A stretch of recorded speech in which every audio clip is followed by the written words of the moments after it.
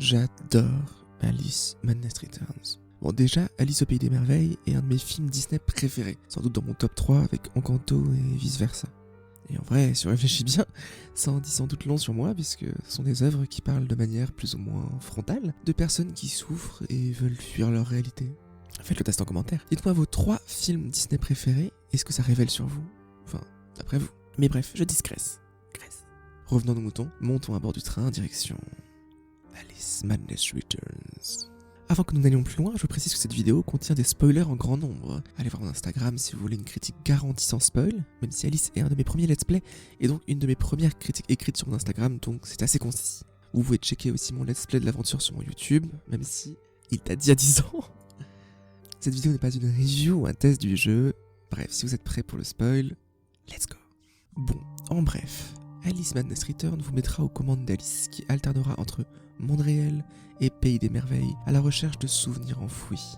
Il semble que ce soit une véritable course contre la montre puisqu'un mystérieux train corrompt et détruit peu à peu le pays des merveilles. Ce monde, qui était son refuge, devient une menace pour elle-même, mais elle ne se laissera pas faire et plongera toujours plus profondément dans ses merveilles à la recherche de réponses. Durant la douzaine d'heures de jeu, votre aventure alternera majoritairement entre quelques phases dans le monde réel, puis un long plongeon dans les merveilles, composé de plateformes, de combats et de quelques mini-jeux de temps en temps, avant de revenir à la réalité, après la redécouverte de ses souvenirs. Le pays des merveilles apparaît alors comme bien plus lié à la réalité qu'un simple monde idyllique aux ordres d'Alice. Est-ce juste son imaginaire qui s'inspire du réel, comme des rêves qui reprendraient des éléments de la réalité ? Ou est-ce que les merveilles sont universelles ? Elles sont omniprésentes. Elles sont avec nous ici, en ce moment même. Alice les voit chaque fois qu'elle regarde par la fenêtre ou lorsqu'elle allume la télévision. Elle ressent sa présence quand elle part au travail, quand elle va à l'église ou quand elle paye ses factures. Elles sont le monde qu'on superpose à son regard pour l'empêcher de voir la réalité. Alors, rien de tout ça n'est réel ? Qu'est-ce que le réel ? Quelle est ta définition du réel ? Si tu veux parler de ce que tu peux toucher, de ce que tu peux goûter, de ce que tu peux voir et sentir, alors le réel n'est seulement qu'un signal électrique interprété par ton cerveau. Pardon. Donc, si on résume grossièrement, vous allez revivre le voyage d'Alice au pays des merveilles, mais un couteau à la main, à la recherche de ce qui vous ronge de l'intérieur. L'aventure est souvent sombre et dérangeante, mais belle et envoûtante à d'autres moments. Vous l'aurez donc compris, mais mon amour pour l'univers d'Alice et la vision plus sombre et distordue des merveilles m'ont convaincu très rapidement. Ça ne surprendra donc personne, mais Alice Madness Returns nous parle de la force de l'imaginaire, parfois le seul rempart contre la cruauté ou la barbarie du monde. Mais tentez de fuir le réel et il vous rattrape au galop. La meilleure solution est donc d'utiliser son imaginaire comme un calque du réel pour nous fournir parfois le pouvoir que l'on n'a pas, pour nous aider à respirer quand on manque d'air, pour rêver en couleur quand la réalité devient sans saveur. Qu'est-ce que ça veut dire ? Ça veut dire mets ta ceinture, Alice, et bon voyage au pays des merveilles.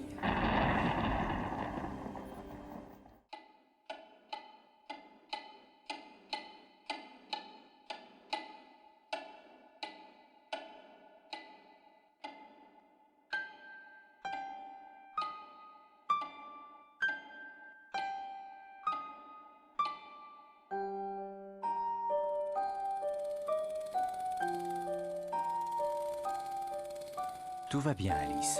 Rien de plus qu'un rêve. Ce n'est pas un cauchemar, mais un souvenir.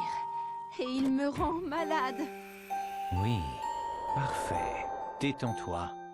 Encore. Tu flottes. Tout s'efface. Tout part. Je suis en enfer. Oublie-les. Efface ce souvenir. Il est encombrant. Laisse-le. Va vers tes merveilles. Impossible. Prise au piège. Du passé. Sergent, cette fille est blessée. Appelez un docteur. Est-ce qu'elle va survivre ?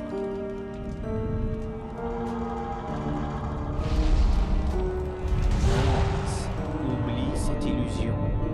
Oublie-la. Retourne aux merveilles. Je ne veux pas, docteur. Mes merveilles sont mortes. Éparpillées. Ce que tu veux n'a pas d'importance. Bien, Alice, où es-tu? Je navigue avec un ami. Je suis différente.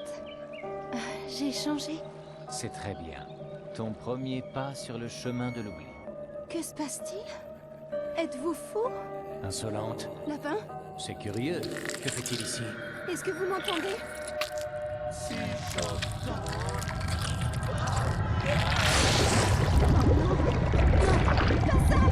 Le voilà.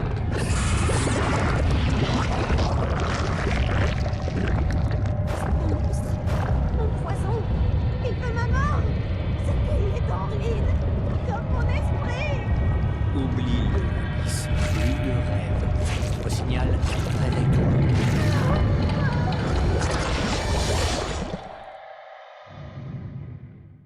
Alice vit dans un Londres industriel et n'a pas vraiment été très chanceuse dans sa vie. Elle a assisté à la mort de toute sa famille dans un incendie lorsqu'elle était petite. Puisqu'elle se sent coupable de ce tragique accident, elle passera pas mal de temps en asile psychiatrique et suit, au début du jeu, des séances pour oublier son passé. On apprendra au fur et à mesure du jeu, en retrouvant nos souvenirs derrière des portes dans chaque zone du jeu, que c'est le docteur Bumby qui a déclenché l'incendie, qui a tué notre famille pour maquiller le viol et le meurtre de notre sœur. Oui. Bon, on comprend mieux pourquoi la jeune Alice a été aussi traumatisée pour se réfugier dans ces merveilles. Nous commençons donc l'aventure lors d'une séance d'oubli avec le docteur Bumby. Après avoir déambulé un peu dans les rues de Londres, Alice se sent en danger face à une infirmière qui menace de la renvoyer en asile psychiatrique, ce qui déclenche son premier passage dans le pays des merveilles, coloré et bucolique dans un premier temps comme un retour à la nature. Elle apprend alors qu'elle s'effondre au passage d'un train, et les terres industrielles du Chapelier Fou représentent bien cette industrialisation du monde qu'elle a pu observer un peu plus tôt, tout en dénonçant ses travers sur la santé des travailleurs notamment, usant le corps en asservissant l'esprit. Et lorsque le royaume finit englouti dans le thé, Alice reprend ses esprits après avoir été repêchée dans la Tamise, sur le point de se noyer. Elle tombe en chemin sur sa nourrice, une prostituée qui manque de se faire tuer, et l'homme à l'origine de tous ces dangers fera brûler l'endroit, assommant Alice au passage. Cette dernière repasse donc dans les merveilles de façon forcée, dans un monde de glace, encore une fois en opposition à sa situation dans le monde réel. Nous finirons par plonger plus profondément dans l'océan à la recherche du spectacle du charpentier, correspondant à l'affiche que l'on a pu croiser plus tôt dans Londres. Cette zone renvoie une philosophie différente sur la gestion de ces problèmes. Il faudrait se divertir, s'occuper l'esprit, ignorer les choses pour ne pas être atteint. Rien ne vaut un problème immédiat, un spectacle, de la poudre aux yeux, une tache d'encre pour mieux se cacher. Mais ignorer les problèmes ne les fait pas disparaître, et les habitants de ce royaume vont en faire les frais. De plus, Alice est en quête de vérité, et ne veut pas fermer les yeux sur la destruction de ses merveilles, sur la destruction de son monde, sur sa propre destruction. La zone finira détruite par le train, ce tueur de rêves que nous pourchassons, à moins que ce soit lui qui nous suit. Le spectacle n'a pas suffi à nous détourner du problème, alors il faut continuer de remonter à la source. Alice revient donc à elle dans une charrette qui l'emmène loin de l'incendie du bar. On apprend ensuite que Radcliffe, ancien avocat de la famille d'Alice, a participé à sa descente vers la folie en la bombardant de questions, en écrivant le rapport d'enquête, en remuant sa culpabilité, en mettant en lumière ses traumatismes. Comme chaque adulte malveillant qui rôde autour d'Alice, il semble que lui aussi ait cherché à profiter de la situation. Ce dernier tente encore une fois de l'enfumer, ce qui met Alice très en colère et qui la fait à nouveau plonger dans les merveilles. À l'image du gaslighting de Radcliffe sur Alice, ces merveilles semblent toutes embrumées.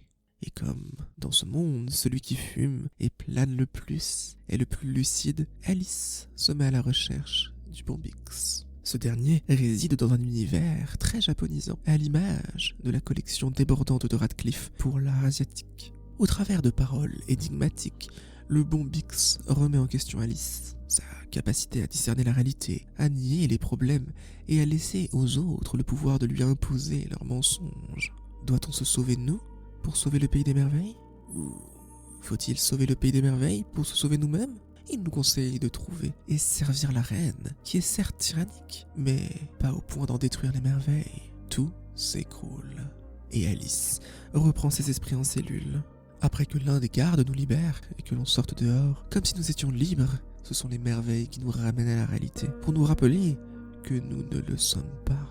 Alice se retrouve ainsi dans les cachots du château de la reine. En chutant toujours plus profondément, nous arrivons dans les ciels, traversant des châteaux de cartes, avant de petit à petit redescendre sur terre. Après avoir bravé les défenses de la reine, notamment en devenant géante, nous faisons face, enfin, à sa seigneurie rouge. Et comme les deux faces d'une même pièce, son royaume de chair et d'os contraste avec ses accusations. Alice laisse quelqu'un lui dicter ses pensées. La reine n'est alors pas tant en colère parce qu'elle a été détrônée, mais parce qu'Alice a laissé quelqu'un prendre la place de dirigeant. D'ailleurs, on peut noter qu'elle et Alice se ressemblent un peu, beaucoup. Pourrait-elle représenter sa sœur ? Cela sera confirmé quand Alice sera à bord du train à la fin du jeu et l'appellera Malaisie. Bref, elle nous dit que nous ne cherchons pas au bon endroit dans notre quête de vérité. Mais qui empêche Alice de trouver des réponses ? À qui est-ce bénéfique qu'elle ne les trouve pas ? Le pire est fait. C'est fini, terminé. Oublie tout. Oublie, Alice, c'est terminé. Oublie tout. Alice revit alors son séjour en hôpital psychiatrique. Les médecins et infirmières sadiques qui ont entretenu et cultivé sa folie pour brouiller toujours plus la frontière entre ses rêves et la réalité. Discours incohérents, trépanation, lobotomie, sensu. Alice a été torturée physiquement et psychologiquement. Ainsi coincée dans le réel, ses merveilles, bien que plus propres et colorées, se sont teintées de sang, évoluant entre les murs froids de l'hôpital, entre les mains sadiques des médecins. Les merveilles étant le reflet de l'esprit d'Alice, c'est ce royaume que le docteur Bumby a tenté de conquérir. Le temps se brouille et il est difficile de savoir si nous sommes dans le passé ou le présent. Alice connaît maintenant son véritable ennemi, celui qui a pris le pouvoir sur son esprit, tenté de la servir, et il est temps alors de le confronter dans la maison de poupées. On en a vu une en tout début de jeu. Des enfants jouaient avec chez Bumby, mais c'est en fait eux, les pantins du docteur, qui les manipulent et se sert d'eux comme des jouets. Il est persuadé que c'est aux adultes de manipuler les jeunes vers leur destin. Et plus on descend profondément dans ce royaume de tissus, bois et plastique, plus on aperçoit la sombre corruption qui y règne. On est alors face à la source de cette corruption, de tous nos problèmes, Bumby. Et il se tient là, face à nous, tout puissant dans ce monde qu'il a conquis par la force. Alice a créé le train pour lutter contre lui, mais c'est pourtant lui qui le manipule. Alice n'était rien de plus qu'une poupée malléable entre ses mains cruelles. Et Alice reprend ses esprits dans le monde réel, ou presque, pour confronter Bumby. Sa domination sur Alice est terminée. Elle remonte alors peu à peu le train, tout en confrontant le docteur dans le monde réel. Elle le met peu à peu dos au mur, dans les deux mondes. Et alors qu'il pense avoir gagné, qu'elle est coincée et condamnée à la servitude, les merveilles fusionnent avec la réalité, donnant à Alice la force de le pousser sur les voies du train. Alice sort dehors et contemple un Londres coloré et bucolique, comme ces merveilles l'étaient au début du jeu. Les merveilles et la réalité ont-elles toujours été si proches ? Nous avons changé, nos merveilles aussi, et comme l'avait dit le chat de Cheshire. Chez le chapelier, presque comme je m'en souviens. Les apparences, tu le sais mieux que quiconque, sont parfois trompeuses, Idle. Les choses ont changé depuis ta dernière visite. Le docteur Bumby dit qu'il est bon de changer. Il dit qu'il faut l'accepter. On peut changer en bien ou en mal, mais sûrement pas en la même chose. Ah, Lidl, nous ne rentrerons plus. C'est ainsi, que veux-tu? Bien peu savent trouver le chemin, et ceux qui le trouvent ne s'en rendent pas compte. Les illusions s'effacent. Seuls les sauvages résistent à la douleur pour prouver leur qualité. Oublier est plus confortable, garder la douleur, une torture. Mais certaines vérités justifient les souffrances. Le pays des merveilles, amoché, reste dans ton cœur. Pour l'instant. Ce voyage dans un univers à la fois si sombre et si coloré, si envoûtant et pourtant si sinistre, marque par son interprétation si singulière d'Alice au pays des merveilles, plus sombre et plus adulte. L'ambiance et l'univers nous tient en haleine jusqu'au bout et on ressort de cette aventure bouleversée. L'importance de se créer un imaginaire parfois comme refuge et les risques de s'y réfugier pour fuir la réalité est un thème qui me parle beaucoup. Et on aura peut-être l'occasion de creuser le sujet lors d'une prochaine vidéo sur Omori un jour, peut-être. Si vous en voulez plus en attendant, le premier jeu, American McGee's Alice, a hélas plutôt mal vieilli et ne se déroule que dans les merveilles. On y suivait Alice lors de son premier séjour en asile psychiatrique, dans sa volonté de détrôner la Reine Rouge. Et la suite de Alice Madness Return, Alice à l'Asylum, restera, aux dernières nouvelles, qu'un simple projet fantasmé. EA, possédant la licence, ne souhaitant pas financer la suite pour l'instant. En bref, un jeu inoubliable pour moi qui, je l'espère, verra sa suite arriver un jour, peut-être. Prenez soin de vous, prenez soin de vos merveilles, et à très vite pour de prochaines vidéos.